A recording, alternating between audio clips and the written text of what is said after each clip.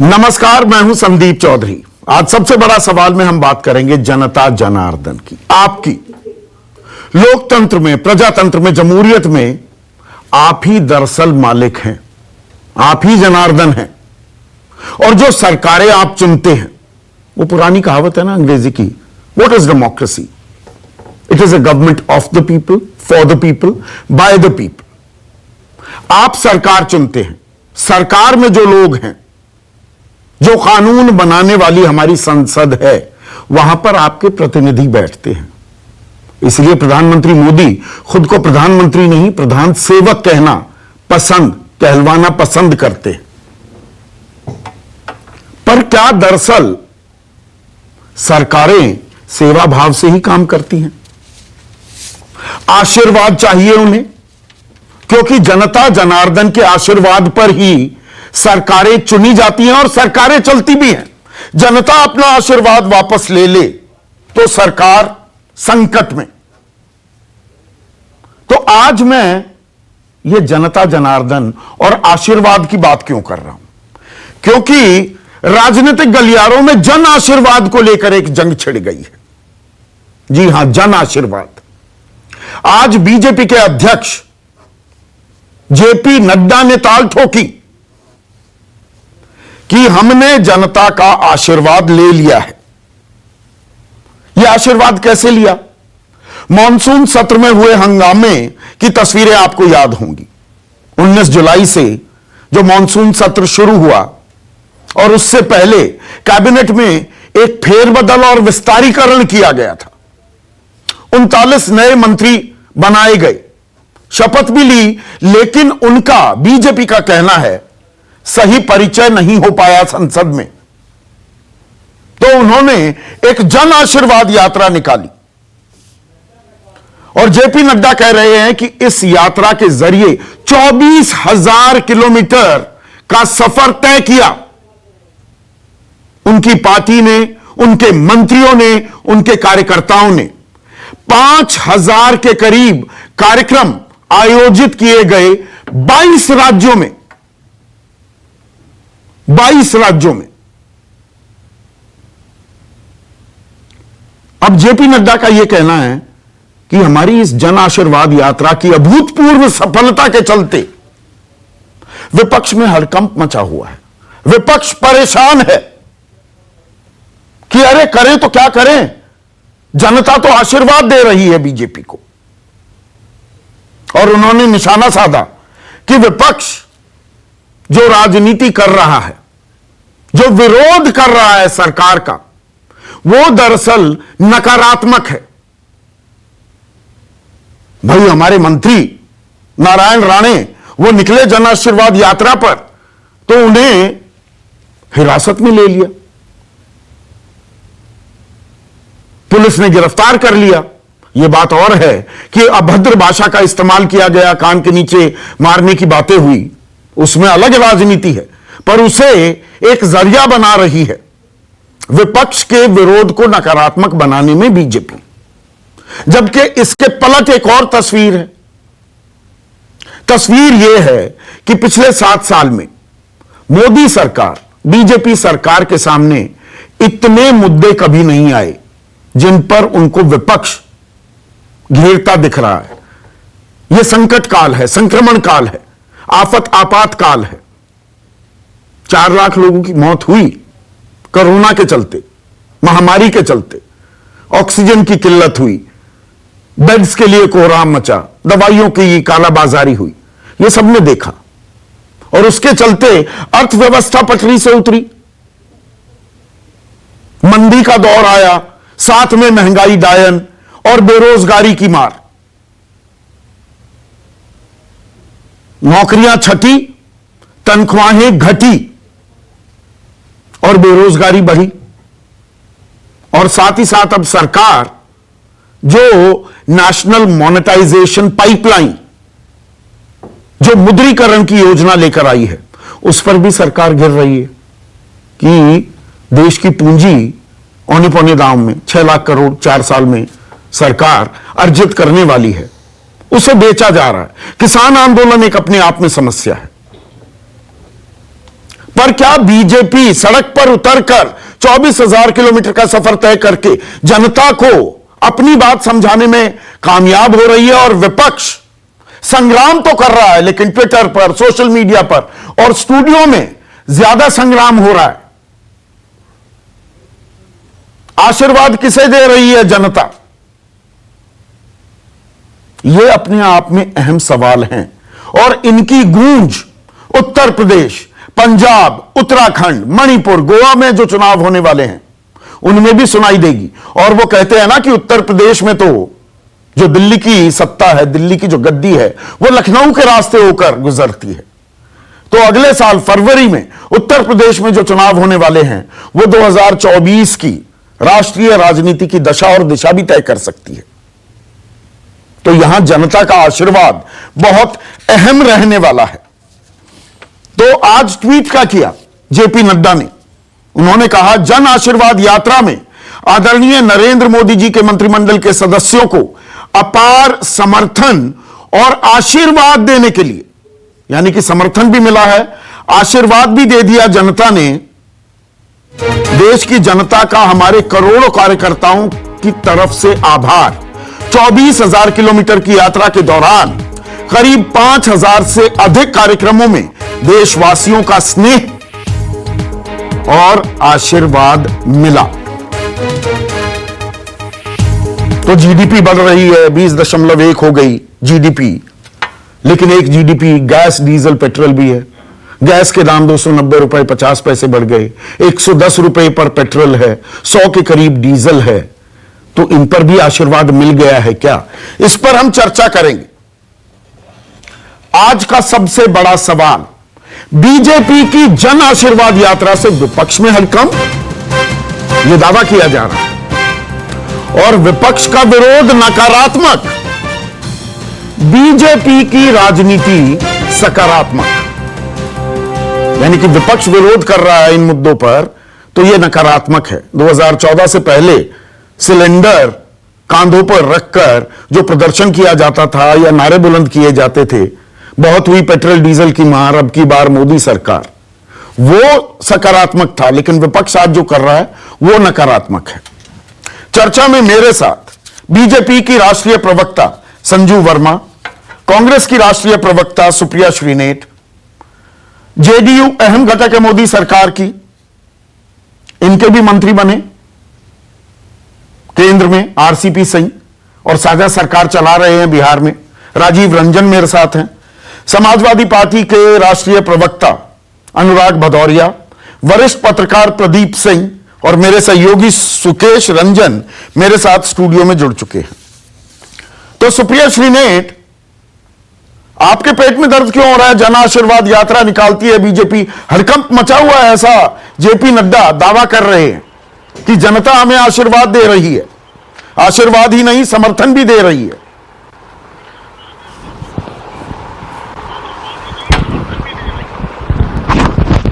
आप सबको मेरा नमस्कार। मैं तो सबसे पहले ये समझ नहीं पा रही हूं कि ये आशीर्वाद यात्रा किस चीज के आशीर्वाद के लिए आप यात्रा निकाल रहे हैं? कि आपके कुप्रबंधन के चलते बिना ऑक्सीजन के, स्लो वैक्सीनेशन के लोगों की मौत हो गई, करीब 4.25 लाख लोग। आधिकारिक, ये तो औपचारिक फिगर जो सरकार की ओर से आते हैं उसके हिसाब से लोगों का कहना है इससे 10-15 टाइम्स मौतें हुई हैं। आप इसका आशीर्वाद ले रहे हैं? क्या आप किसानों की, 600 किसानों की मौत का आशीर्वाद ले रहे हैं? क्या आप कमर तोड़ महंगाई, पेट्रोल 100 के पार, रसोई गैस 1000 के ऊपर मिल रही है कई कई जगहों पर हिंदुस्तान में, उसके लिए आशीर्वाद ले रहे हैं? क्या आप युवाओं की बेरोजगारी के लिए आशीर्वाद ले रहे हैं? देखिए संदीप जी, दिक्कत की बात यह है कि दिल्ली में बैठे हुक्मरानों को लगता है कि वो कुछ भी लिख देंगे, कुछ भी बयान दे देंगे, कुछ भी कह देंगे, मीडिया छाप देगा और एक नैरेटिव बन जाएगा। नहीं साहब, ऐसा नहीं होगा। जब खाने की थाली पर लात पड़ती है ना, तो आप नैरेटिव नहीं बना पाइएगा। जब अपना कोई प्रियजन खोता है ना, तो आप चाहकर भी नैरेटिव नहीं बना पाइएगा। आज देश दिक्कतों से जूझ रहा है। आज चाहिए कि सरकार उन दिक्कतों का समाधान ढूंढे। आप अभी भी सुर्खियां बटोरने और नैरेटिव में लगे हैं, बजाय लोगों की बात सुने। जो लोग आपके सामने बात करने की हिमाकत रखते हैं, जो आपके खिलाफ थोड़ा विरोध कर देते हैं, आप उन्हीं की जासूसी कराने लगते हैं। आप इस तरह से देश चला रहे हैं। तो सबसे पहले तो मुझे समझ में आया, कौन सा आशीर्वाद? क्या वही आशीर्वाद है जो हापुड़ में एमएलए को बड़े हुए पानी में चल के लोगों ने दिया, या इनके तमाम मंत्री और एमपीओ के जो कुर्ते फाड़ दिए गए, जिसका मैं समर्थन नहीं करती हूं, लेकिन लोगों का आक्रोश है ये, या जो काले झंडे दिखा दिए गए इनको तमाम जगह जाने पर, या मैं छोटी जगह का बात करती हूं, मैं कल महाराजगंज से वापस आई हूं, आधे से ज्यादा क्षेत्र बाढ़ग्रस्त है, हमारे वहां से सांसद जी जो मंत्री भी बन गए वो आशीर्वाद यात्रा निकाल रहे हैं, उनके पास लेकिन एक भी मिनट नहीं था जाकर वहां पर थोड़ी बहुत सहानुभूति दिखाने के, थोड़ी सहायता पहुंचा। सरकार जनता के बीच जाने का मौका तो दिखा रही है, तो आप स्टूडियोज में बैठे रहते हैं, ट्विटर वॉर करते रहते हैं, सोशल मीडिया पर ही सरकार को घेरने की कोशिश करते हैं। सरकार जा रही है लोगों से आशीर्वाद लेने के लिए, आप सिवाय नकारात्मक बातें करने के, हर चीज में नुक्ताचीनी करने के अलावा कर क्या रहे हैं?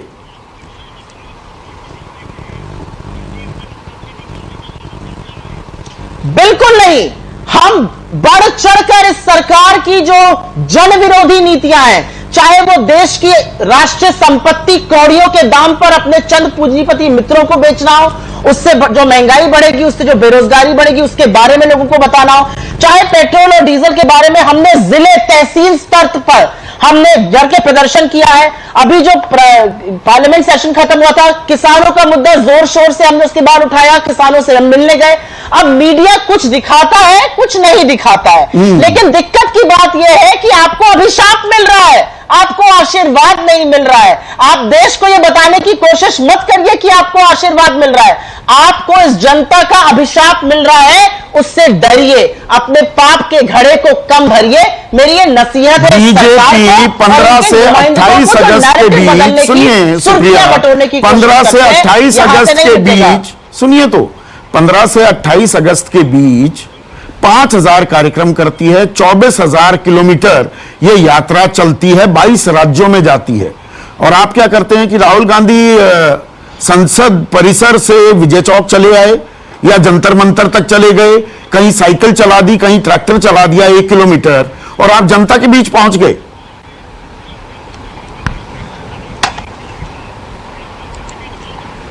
बिल्कुल नहीं, बिल्कुल नहीं। मैं इस पर गहरी आपत्ति जताती हूं, क्योंकि मैंने खुद धरना प्रदर्शन किए हैं, मैंने विरोध व्यक्त किया है, चाहे वो दिल्ली में हो, चाहे वो लखनऊ में हो, चाहे वो महाराजगंज में हो, चाहे गोरखपुर में हो, चाहे अयोध्या में हो। हमने वहां जाकर जमीन पर उतरकर धरना और प्रदर्शन किए हैं।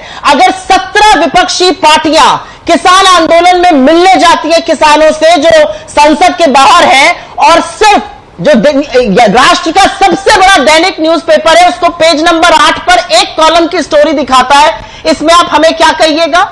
मीडिया को भी सरकार को सवाल पूछना पड़ेगा और थोड़ा सा विपक्ष को दिखाना पड़ेगा। India largest selling newspaper has one column on page number 8 when 17 opposition parties go and meet the farmers of this country. क्या आपको लगता है ये मापदंड सही है? क्या आपको लगता है ये लोकतंत्र के चौथे प्रहरी का मापदंड सही है पक्ष को ट्रीट करने का? लेकिन कोई बात नहीं, मुझे मीडिया ना दिखाए, हमारे प्रदर्शनों को मीडिया ना दिखाए, हमारे विरोध को मीडिया ना दिखाए। आज जनता के अंदर जो आक्रोश है और अभिशाप जो आपको वो दे रही है, वो आपके कुर्ते फटने, आपके वरिष्ठ नेता दिग्विजय सिंह कहते हैं कि लोकतंत्र खतरे में है, लेकिन मंत्री यात्रा निकाल रहे हैं। ये आशीर्वाद यात्रा नहीं, चंदा वसूली यात्रा है। संजय राउत कहते हैं कि यात्रा कोरोना की तीसरी लहर को निमंत्रण है, यह अभिशाप यात्रा है। अजित पवार भी यही कहते हैं, हरदीप पुरी कहते हैं हम सरकार की नीतियां जनता के बीच लेकर जा रहे हैं। मैं ये बोलना चाह रही थी, कौन सी नीतियां? उन नीतियों से किसका भला हो रहा है ये पहले मुझे बता दें।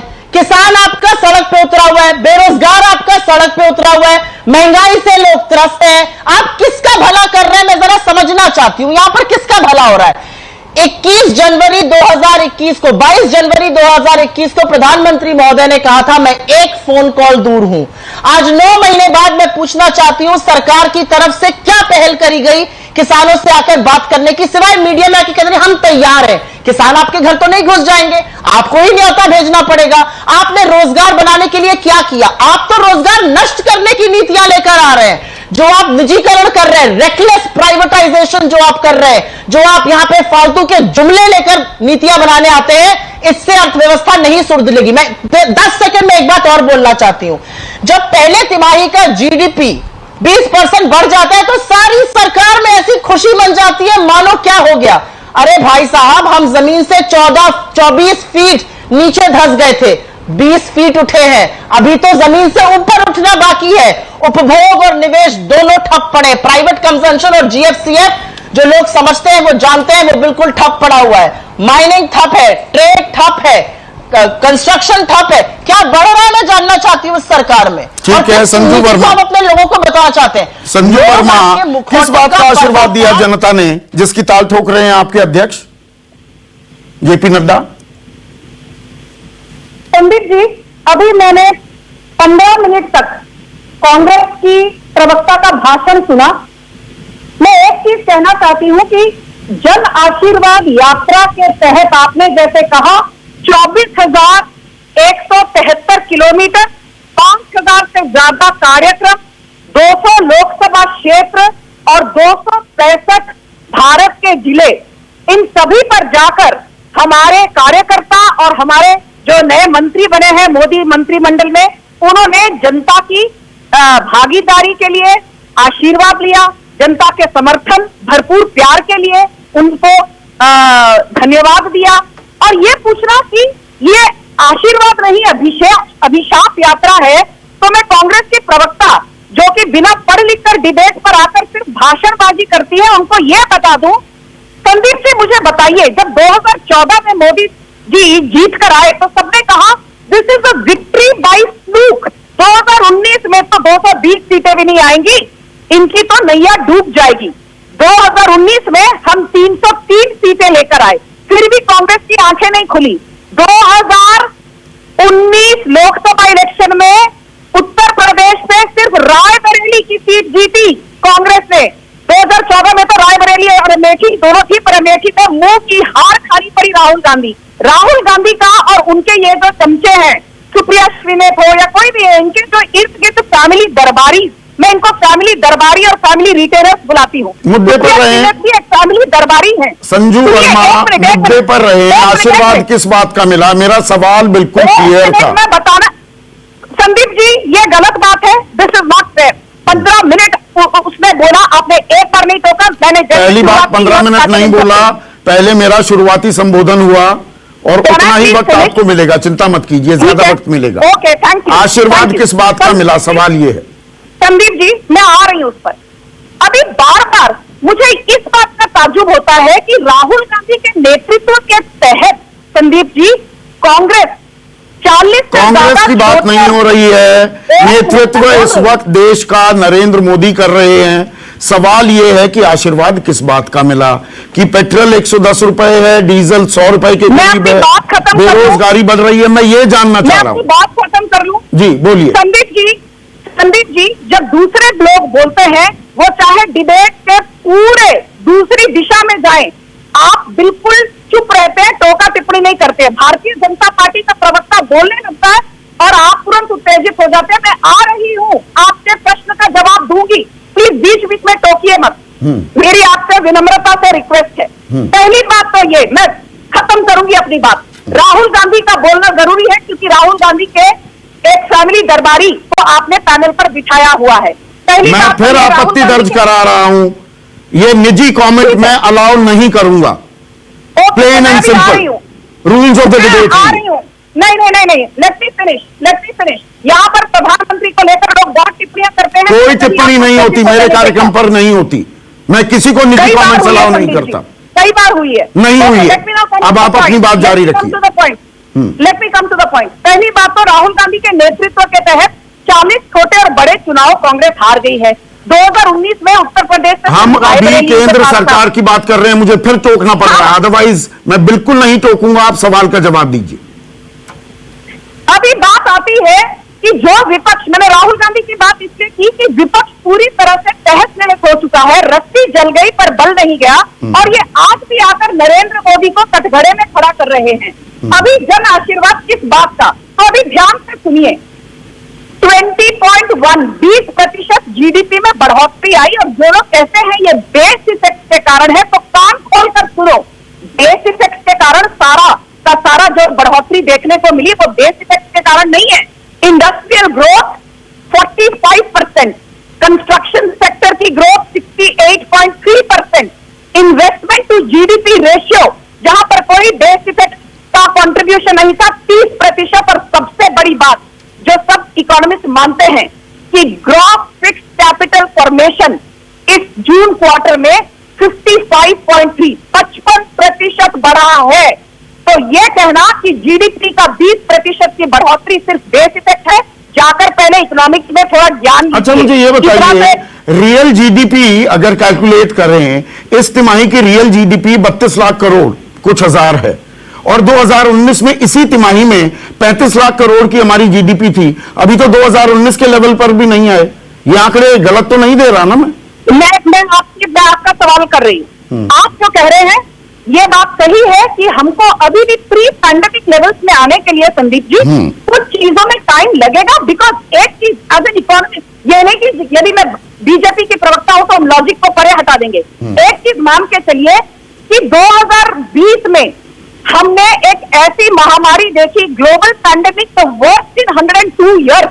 आपको ये नहीं दिखता। और एक चीज जो लोग कहते हैं मोदी सरकार ने किया क्या, भाई एक चीज आपको बता दूं, 7 साल कांग्रेस का एवरेज रिटेल इन्फ्लेशन था 7.8%, मोदी सरकार के तहत 4.8%। आज अच्छा, और ये जो पेट्रोल 110 रुपए पर है, डीजल 99 रुपए के करीब है, नहीं, और गैस जो 290 रुपए 50 पैसे बढ़ गई। आप टोकेंगे नहीं। अभी प्लीज मुझे 30 सेकंड दीजिए बिना टोके। अब सुनिए, जो लोग पूछते हैं मोदी सरकार ने क्या किया, तो कान खोल कर सुनिए, क्योंकि संदीप चौधरी जी के शो को बहुत लोग देखते हैं। सबसे बड़ा फाइनेंशियल इंक्लूजन प्रोग्राम जनधन योजना, प्रधानमंत्री नरेंद्र मोदी के चलते 43 करोड़ बैंक के खाते खुले हैं, जिसमें से 50% से ज्यादा खाते महिलाओं के खुले हैं, और 70% से ज्यादा खाते जो शेड्यूल ट्राइब्स है उन लोगों के लिए खुले हैं। दूसरी बात, दुनिया का सबसे बड़ा health care programme Ayushman Bharat प्रधानमंत्री नरेंद्र मोदी के तहत खुला है। दुनिया का सबसे बड़ा सेल्फ एम्प्लॉयमेंट प्रोग्राम मुद्रा योजना प्रधानमंत्री नरेंद्र मोदी के तहत खुला है। और सबसे बड़ी बात, जब ये तो राजीव गांधी खुद कहते थे, हम जब 100 रुपए देते थे तो लोगों के पास तो पता नहीं 10 पैसे या 15 पैसे पता नहीं कितने पहुंचते थे। डायरेक्ट बेनिफिट ट्रांसफर के तहत संदीप जी आपको जानकर खुशी होगी कि 17.5 लाख करोड़ का डायरेक्ट कैश ट्रांसफर हुआ है अक्रॉस 300। ठीक है, ये बातें सही हैं। मुझे ये बताइए, मैं आशीर्वाद की बात कर रहा था, और जो आप कह रहे हैं ना कि अध्यक्ष कह रहे हैं, 30 सेकंड की जगह मैंने आपको 2 मिनट अनइंटरप्टेड टाइम दिया। सुनिए, 29 करोड़ लोगों को सेल्फ एम्प्लॉयमेंट मिला है मुद्रा योजना के अरे वो तहत। सेल्फ एम्प्लॉयमेंट के आंकड़े मैं आपको बताने लगूंगा। संजू, ये आपने पहले भी मेरे कार्यक्रम में कहा, सिलेंडर का दाम देखिए, डोंट आउटशाउट, मुझे लाइए स्क्रीन पर। सुनिए ना, सुनना पड़ेगा ना संजू, संवाद हो रहा है, मोनोलॉग नहीं हो रहा। आपने पहले भी एक बार कार्यक्रम में कहा कि 15.5 लाख करोड़ रुपए दे दिए 29 करोड़ लोगों को मुद्रा योजना के जरिए स्वरोजगार। ये मोटा मोटा पता है कितना पैसा बनता है? 47,000 रुपए एक आदमी को। 47,000 में रोजगार खड़े हो जाते हैं तो भैया आपको मुबारक। 47,000 किसी को दे दो और उसकी जिंदगी पटरी पर आ जाएगी, वो स्वरोजगार, खुद मुख्तार, आत्मनिर्भर हो जाएगा। ये अपने आप में थोड़ा सोचने वाली बात है। पर मेरा सवाल यह है, जब आपके अध्यक्ष नकारात्मक विरोध बताते हैं इसे, तो जब आप विरोध करते थे 410 रुपए का गैस का सिलेंडर था 2013-14 में, या 71 रुपए पेट्रोल के दाम थे और डीजल के दाम थे, तब आप सड़कों पर उतरते थे, वो सकारात्मक, ये विरोध नकारात्मक कैसे? इसका जवाब चाहिए। तो मैं इसका जवाब दूं जी। संदीप चौधरी जी, मैं आपको बड़े विनम्र से मालूम करती हूँ, आपके आंकड़े गलत है। जनवरी 2014 में क्या था गैस सिलेंडर का प्राइस? 410 रुपए था। 1241 रुपए था। अच्छा, आज इतनी बढ़ोतरी के बाद भी 885 रुपए है। कितना? दोबारा से एक बार फिगर चेक कर लीजिएगा। कांग्रेस के 1200 रुपए था। मैं आपको बता रहा हूं 1 मार्च 2014 को 410 रुपए था। 2014 की बात करो, जनवरी 2014 में क्या था सिलेंडर का दाम? जाके प्लीज देखिए, जनवरी 2014 में सिलेंडर का दाम was 1241 रुपीज। अच्छा, मैं तो आपने 1000 कर दिया तो ये सकारात्मक है, मतलब गोइंग बाय योर और लॉजिक। एक बात, नहीं, एक मिनट। और पेट्रोल के दाम कितने थे 2014 में? क्या मैं अभी अपनी बात खत्म करूं? संदीप जी प्लीज कांग्रेस के प्रवक्ता मत बनिए। आप एक बहुत आपसे सर्टिफिकेट लेने की जरूरत नहीं है, और मैं बीजेपी का प्रवक्ता भी नहीं बनूंगा, चिंता मत कीजिए। मैं पत्रकार हूं, प्रवक्ता नहीं हूं। खत्म करने दीजिए। हाँ। Can I please finish? No, you can finish, but if you try and hit below the belt, then be prepared for a repartee. Yes. So Yes, please rebut. please, But the yes. problem is that No you don't repartee, rebut on and I facts. can also hit below You the don't belt. rebut on facts. Yes, yes. You don't rebut on facts. Let me complete. आप मुझे एक चीज बताइए संदीप जी, 1,54,000 करोड़ अब तक दिया गया प्रधानमंत्री किसान योजना के तहत। ये कांग्रेस के क्या दिया गया? पैनलिस्ट है। एक मिनट, लेट मी फिनिश। आप बीच में टोकिए मत, आपके सारे सवालों को जवाब दूंगी। डायरेक्ट कैश ट्रांसफर होता है किसानों के बैंक खातों में पीएम किसान योजना के तहत। प्रधानमंत्री फसल बीमा योजना के तहत पे आउट हुआ है 90,000 करोड़ का। तीसरी और अहम बात, बस अब फिनिश कीजिए, बाकी मैं 22,000 मान भी रखता करोड़ हूं। महिलाओं को दिया गया जनधन योजना के तहत 300 रुपए एक महीने में 1.5 सिलेंडर लग जाता है घरों में। 300 रुपए तो सिर्फ सिलेंडर के दाम बढ़ गए हैं। 1 मिनट, अब जीएसटी, आप बातें समझा नहीं पाते हैं, बीजेपी बात समझाती है, सड़क पर जाती है। अनुराग भदौरिया, आप लोगों को समझा नहीं पाते, बीजेपी समझाती है। आज बढ़े हुए गैस के, डीजल के, पेट्रोल के दाम भी देश हित में इस्तेमाल हो रहे हैं, वो ये लोगों को समझा देते हैं, लोगों से आशीर्वाद लेते हैं, ये बीजेपी कह रही है। देखिए, बीजेपी समझाती नहीं है, बीजेपी डराती है। और आपको देखने को मिलता है हर टीवी डिबेट में अगर इनके प्रवक्ता आते हैं तो सबको डराने के लिए आते हैं। इनको लगता है ये हिटलर शाही अपना ली इन्होंने। अरे आपसे जो सवाल होता है, इनसे सवाल पूछा जाता है कि आप बताओ डीजल पेट्रोल की कीमत ज्यादा क्यों है, तो बताने को तैयार नहीं, तो हावी होने लगेंगे। 2014, 2009, 2002, 2003 में चले जाएंगे। आपसे पूछा जा रहा है कि आपके पास मार्केट इवेंट कंपनी है भारतीय जनता पार्टी, इसमें कोई दो राय नहीं है, मैं आपकी बात से सहमत हूं। और इनको इंटरनेशनल इनको अवार्ड भी दे देना चाहिए, क्योंकि बहुत अच्छा मार्केटिंग तो करना चाहते आप क्यों नहीं कर पाते? इवेंट मैनेजमेंट आप क्यों नहीं कर पाते? मुद्दों का मैनेजमेंट आप क्यों नहीं कर पाते? सवाल ये है, हम जनता नहीं, सवाल ये है कि हम जनता की समस्या का समाधान करते हो, जनता की असली समस्या को उठाते हैं। ये नहीं बात करेंगे कि उत्तर प्रदेश में बच्चों की मौतें हो रही हैं, हिम्मत है इनकी बात करने की। इतनी देर से आपके बीजेपी प्रवक्ता बड़ बोलते चले गए, क्या एक बार बच्चों की बात की कि लगातार यहाँ डेंगू से बच्चों की मौत हो रही है? ये कौन सा पैंडेमिक आ गया भाई? ये कौन सा पैंडेमिक है जहां किसान धरने पे बैठा है? आपकी गलत नीतियों की वजह से, आपकी खराब हेल्थ, यहाँ पे स्वास्थ्य व्यवस्था की वजह से लोगों की मौतें हो रही है। आपकी गलत नीतियों की वजह से किसान धरने पे बैठा है। आपके यहाँ गलत फैसले की वजह से यहाँ बेरोजगारी और महंगाई देश के अंदर बढ़ी हुई है। यहाँ डीजल पेट्रोल की कीमत आप देख ले, लोग आत्महत्या कर रहे हैं, इसके बारे में चर्चा नहीं। कमाल है भाई। और जब भी देखो तब दूसरों को धमकाने में लगे रहते हैं, कभी पत्रकारों को तो आप समझा दो ना। नहीं, हम किसी की धमकी से नहीं डरते। आपको नहीं कह रहा हूं, इनका धंधा यही है। आपको नहीं, ये पूरे हिंदुस्तान को धमकाने में लगे हैं। तो कभी कभी इनको हमसे रूबरू कर दिया करो। ये वो लोग हैं जो भाषा समझते दूसरी है, इनको सीधी भाषा समझ में नहीं आती, क्योंकि झूठे लोगों के से आप अगर झूठे लोगों से अच्छी बात करोगे तो नहीं समझेंगे, क्योंकि जुमलेबाज लोग इनके समझ में थोड़ी आती है। कितनी देर तक संजू वर्मा बोलती रही, यहाँ पे चिल्लाती रही, लेकिन देश के असली मुद्दों पर उन्होंने बात की क्या? कांग्रेस कांग्रेस कांग्रेस। अरे भैया 2014 से लेके अब तक आपकी सरकार है, और आपकी सरकार में डीजल पेट्रोल की कीमत बढ़ी है, आपकी सरकार में बेरोजगारी और महंगाई बढ़ी है, आपकी सरकार में देश की जीडीपी डूबी है, आपकी सरकार में हिंदुस्तान कहां से कहां पहुंच गया, इसके बारे में चर्चा नहीं। आपकी सरकार में यहाँ पे कोविड काल में क्या एम्बुलेंस नहीं, आपने मैं से पूछा क्या एम्बुलेंस प्रोवाइड नहीं कर सकते थे? क्या हॉस्पिटल में व्यवस्था नहीं कर सकते? पैंडेमिक आया मानता हूं मैं, लेकिन हॉस्पिटल क्या आपको हॉस्पिटल व्यवस्था करने तो आपकी जिम्मेदारी थी ना। एम्बुलेंस प्रोवाइड करने की आपकी जिम्मेदारी थी, ऑक्सीजन प्रोवाइड करना आपकी जिम्मेदारी थी, जो भी आपकी जिम्मेदारी नहीं थी। आप कह रहे लाखों लोगों की मौतें होगी और सदन के ऊपर ये लोगों को समझा पाते हैं कि आपातकाल था, ये वैश्विक महामारी थी, ये लोगों के बीच जा रहे हैं। मैं ये सवाल पूछ रहा हूं आपसे।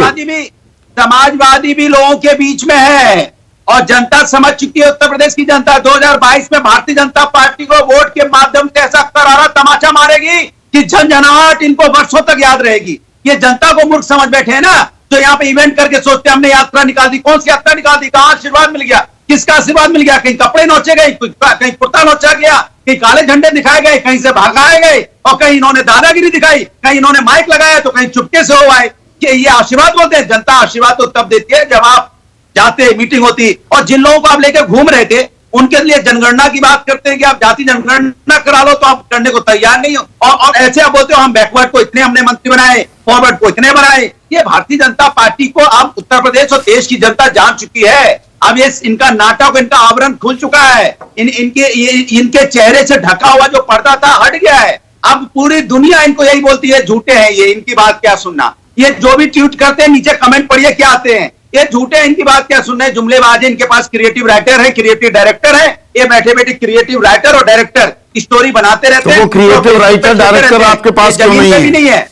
राजीव रंजन, क्या जनता आशीर्वाद दे रही है?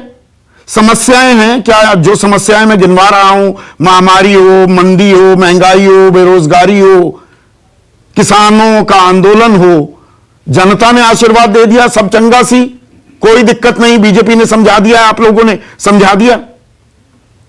ठीक है, मुझे ऐसा लगता है जनता के बीच आप जब भी जाते हैं और साहस के साथ आप अपनी उपलब्धियों को रखते हैं, लोग आपकी सभाओं में आते हैं, आप उनसे संवाद करते हैं, तो आपके तार्किकता, आपके संवाद के तौर तरीकों पर बहुत कुछ निर्भर करता है कि आप जनता को किस तरीके से आश्वस्त कर पाते हैं, अपनी कमियों को किस तरह से आप ढक पाते हैं।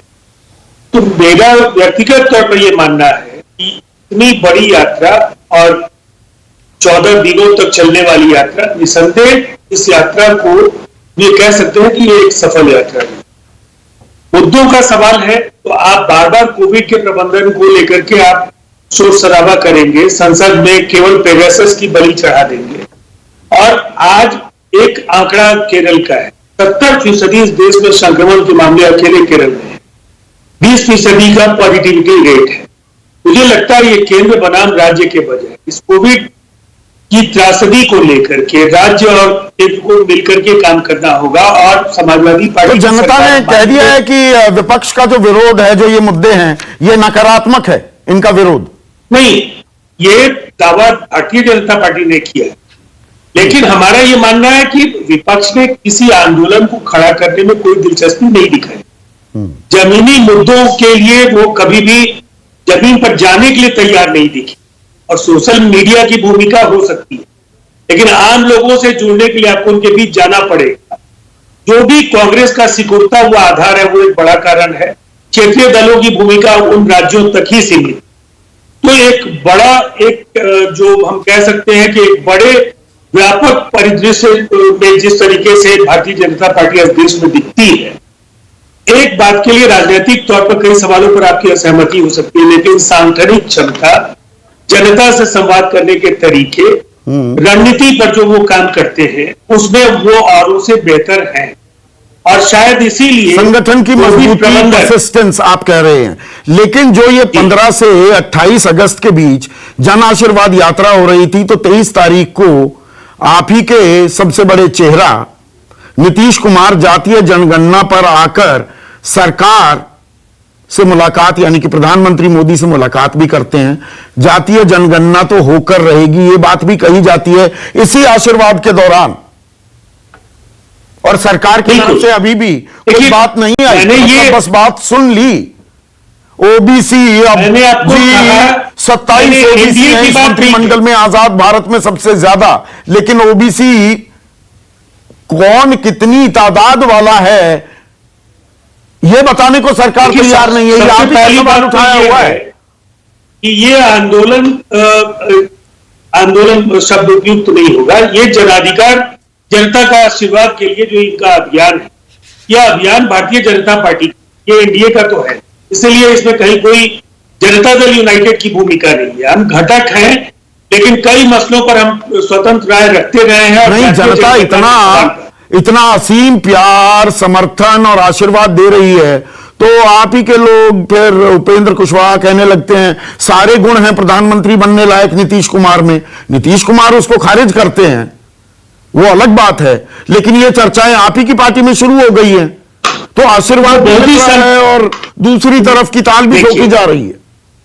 मैंने ये कहा है कि आप जिन बिंदुओं पर मैंने भारतीय जनता पार्टी को बेहतर बताया है उस पर असहमति आपकी भी नहीं है। मैं ये जरूर कहना चाहूंगा। बिल्कुल ठीक बात है। जहां तक हमारी पार्टी के मुद्दों को लेकर के जो प्रतिबद्धता का सवाल है, तो देश में ये लगातार ये लगभग 2.5 दशकों का साथ हमारा एनडीए के साथ है, 3 वर्षों का साथ छोड़ दीजिए, अगर जो अलगाव है उसको छोड़ दीजिए। इस बीच कई ऐसे मसले हैं जो देश के सामने आज हैं, 370 यूनिफॉर्म सिविल कोड, राम जन्मभूमि का मसला, ये सारे मामले इनका समाधान हो चुका है।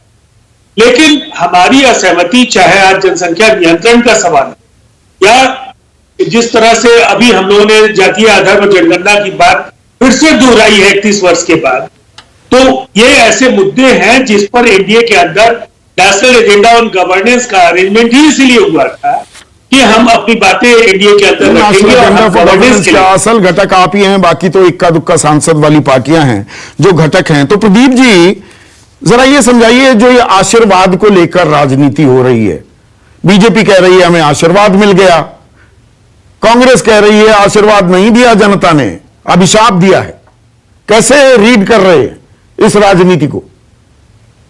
देखिए संदीप जी, पार्लियामेंट्री डेमोक्रेसी में सबसे बड़ी चीज और मेरी नजर में सबसे महत्वपूर्ण चीज होती है मास मोबिलाइजेशन। कोई भी पार्टी हो, सत्ता में हो विपक्ष में हो, मास मोबिलाइजेशन अगर आप नहीं करेंगे तो केवल विरोध करने से, बयान देने से उसका लोगों पर असर नहीं पड़ता। ये जन आशीर्वाद यात्रा, लोगों ने आशीर्वाद दिया या अभिशाप दिया, ये तो बाद में पता चलेगा। लेकिन एक बात तो हमको आपको माननी पड़ेगी कि बीजेपी लोगों के बीच में गई है, वो लोगों से संपर्क कर रही है। देखिए, नाराजगी हो जिससे, उससे आप मिलने चले जाएं तो उसकी नाराजगी खत्म नहीं होती लेकिन कम तो हो जाती है। तो ये जो है पॉलिटिक्स में, राजनीति में, और खास तौर से चुनावी राजनीति में बहुत महत्वपूर्ण बात होती है।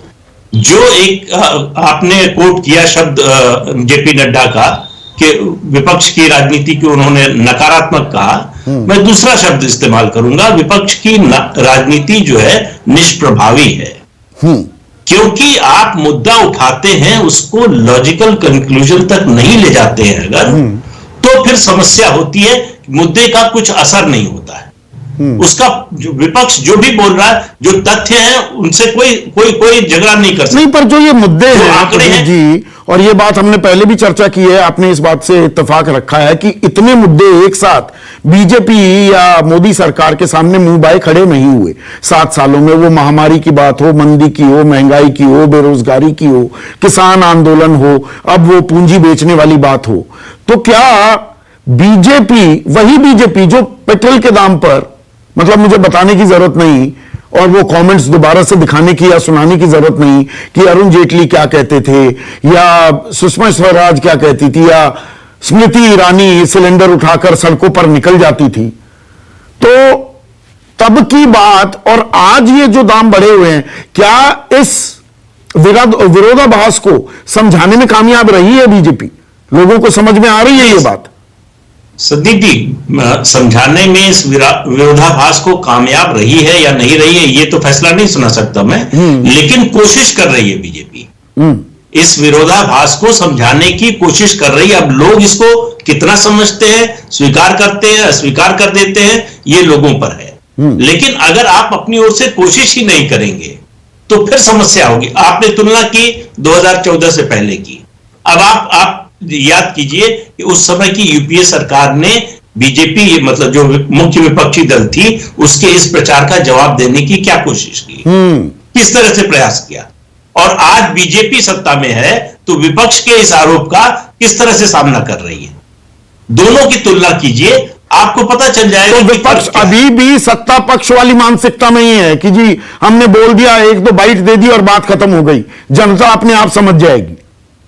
नहीं, हमको समझ में नहीं आ रहा कि विपक्ष किस मानसिकता में है। देखिए, आप विपक्षी एकता की बात बहुत हो रही है आजकल। आप देखिए, जब भी विपक्षी एकता कामयाब हुई है, वो उससे पहले मास मोबिलाइजेशन का लंबा दौर चला है। आप जेपी मूवमेंट देख लीजिए, गुजरात मूवमेंट, जो गुजरात का नवनिर्माण आंदोलन था, उसको देख लीजिए, वीपी सिंह का समय देख लीजिए, अन्ना हजारे का आंदोलन देख लीजिए।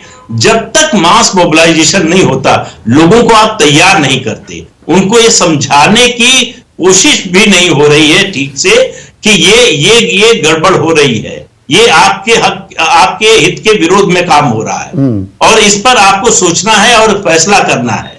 हम जो बात कह रहे हैं उस पर विश्वास कीजिए। तो जनता के बीच जाना है, बीजेपी का संगठन मजबूत है, नेवर से डाई स्पिरिट है, लोगों के बीच जाते हैं, चाहे मालूम है कि कमजोर विकेट पर ये मैदान पर हम मैच खेल रहे हैं। पर सुकेश एक चीज समझाइए, जो ये नकारात्मक है जी कांग्रेस का विरोध, तो भाई आपका 2014 से पहले जो विरोध होता था क्या वो नकारात्मक नहीं था? अपनी पोजीशन को सकारात्मक में कन्वीनियंटली तब्दील करना, यह बीजेपी की दरअसल एक यूएसपी बन गया है, मजबूती बन गया है, या दरअसल यह विपक्ष की कमजोरी है? आप मजबूती दिखाते रहिए, अगर विपक्ष और मजबूती से इस बात को, अपने विरोध को दर्ज कराएगा तो घेरने में कामयाब भी होगा।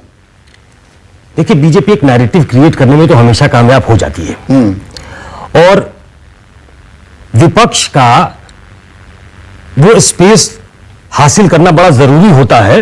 आप अगर सत्ता पक्ष को डॉक में डालना चाहते हो। मैं एक उदाहरण से शुरू करता हूं।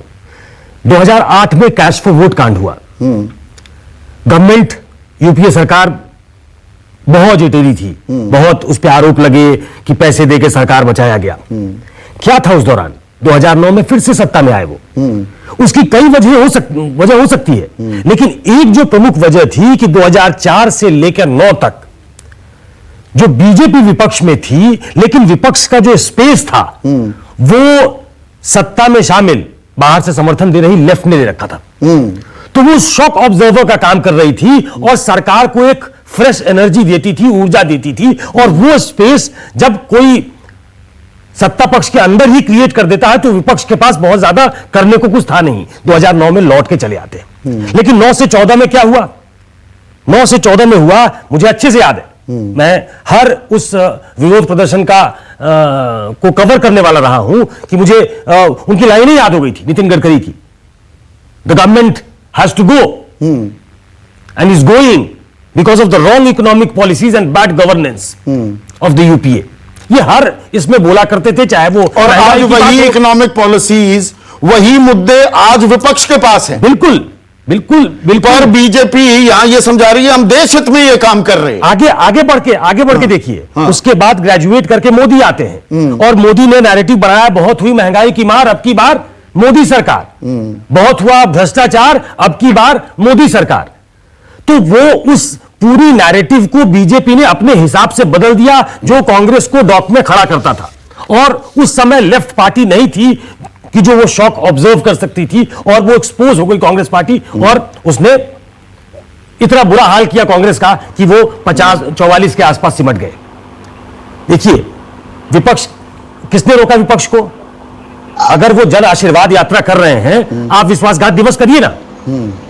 आपने कहा कि अभिशाप देगी जनता, विश्वासघात किया उसने जनता के साथ, विश्वासघात दिवस कीजिए। तमाम जो बड़े लोग हैं, चाहे वो अखिलेश हैं सत्ता विपक्ष में, यूपी में तेजस्वी हैं, ममता है, उद्धव ठाकरे हैं, जहां भी नॉन बीजेपी गवर्नमेंट है, वहां के बड़े लोग एक रैली करते हुए, पदयात्रा करते हुए कुछ ऐसा क्यों नहीं करते कि वो कल्मिनेट हो दिल्ली में आके और ऐसा लगे कि सरकार गिर गई है। लेकिन वो सड़कों पे नहीं है। कम से कम बीजेपी इतना मादा दिखाती हुई दिख रही है कि वो सड़कों पे जा रही है, लोगों के बीच जा रही है। और ऐसे में होता क्या है कि आप लोगों का गुस्सा जो है, जो प्रदीप जी कह रहे थे, आप कम कर देते हो कि कम से कम आप बिल सुन रहे हो।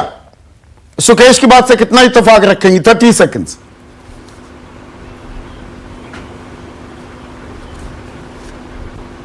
पूरी तरह से असहमत हूं। नोएडा के स्टूडियो में बैठकर लोगों के आक्रोश और गुस्से का अंदाजा नहीं है आप लोगों को। जाइए जरा रूरल इंडिया में, चले जाइए उत्तर प्रदेश, जहां पर योगी जी को लग रहा है कि वो आने वाले हैं, धज्जियां होने वाली है भाजपा की। यहां पर नंबर 1 पोस्टर लगा देने से नंबर 1 नहीं बन जाइएगा आप। जाइए, कितना आक्रोश और गुस्सा और कितनी उस गुस्से और आक्रोश को अपने पक्ष में लाने में विपक्ष नाकाम है। सवाल यहां है, नहीं कर रहे हैं। 2004 से बिल्कुल भी नहीं, बिल्कुल भी नहीं। मुझे दिक्कत इस बात की है कि 2004 से 2009 में जो हमने अच्छे काम किए, मनरेगा लाए, खाद्य सुरक्षा बिल की बात करी, राइट टू इंफॉर्मेशन की बात करी, हमने लोन माफी करी, उसके बारे में जिक्र नहीं है। आपको लगता है हम उसकी वजह हुए थे? आपको लगता है हमारा री इलेक्शन इसलिए हुआ? नहीं शुक्ला जी, हमने ये कहा कि वो वजह थी, एक बड़ी वजह ये थी कि विपक्ष आपके खिलाफ। बात ये है, सॉरी 1 सेकेंड, 1 मिनट रुक जाइए। No, let me speak first. मैं बोल रही हूं सर, 1 मिनट रुकिए। मेरी दिक्कत की बात यह है कि आज कुछ मीडिया को छोड़कर मोदी सरकार से कड़े सवाल और ज्वलंत मुद्दों पर बात करने के लिए क्या मीडिया तैयार है? आपको छोड़ के मैं तो किसी और चैनल पर नहीं जाती हूं जहां पर पेट्रोल की बात हो रही हो और मैं दिन के 4 डिबेट करती हूं। ठीक है संजू वर्मा, दरअसल नाराजगी तो है, लेकिन विपक्ष की जो चाल होनी चाहिए वो चाल नहीं चल रही है, वो गति नहीं दिखा रहा है विपक्ष आपको घेरने में, तो कहीं ना कहीं अभयदान मिल रहा है पर समस्याएं बरकरार है। 30 सेकेंड्स प्लीज। संदीप जी, मैंने पहले भी आपके शो में कहा था, मैं वापस दोहराना चाहूंगी जो जेपी नड्डा ने कहा कि मोदी सरकार आज एक ही ऐसी नेशनलिस्ट और पैन इंडिया पार्टी है जिसके पास नीति है, नियत है, कार्यकर्ता है, कार्यक्रम है, संगठन है। Rahul Gandhi is a sociopath and a Twitter paper tiger. हटाइए, ये देखिए, ये you are doing it for the second time. और इसके बाद ये कंक्लूडिंग कमेंट में अगर आप किसी भी राजनीतिक दल के किसी नेता को ऐसे शब्दों से नवाजेंगी तो मैं आगे भी ऐसे ही आपकी बात बीच में काटूंगा। राजनीति में एक दरियादिली, भाषा पर संयम दिखाने की भी जरूरत है और इसका सम्मान सभी को करने की जरूरत है। नमस्कार।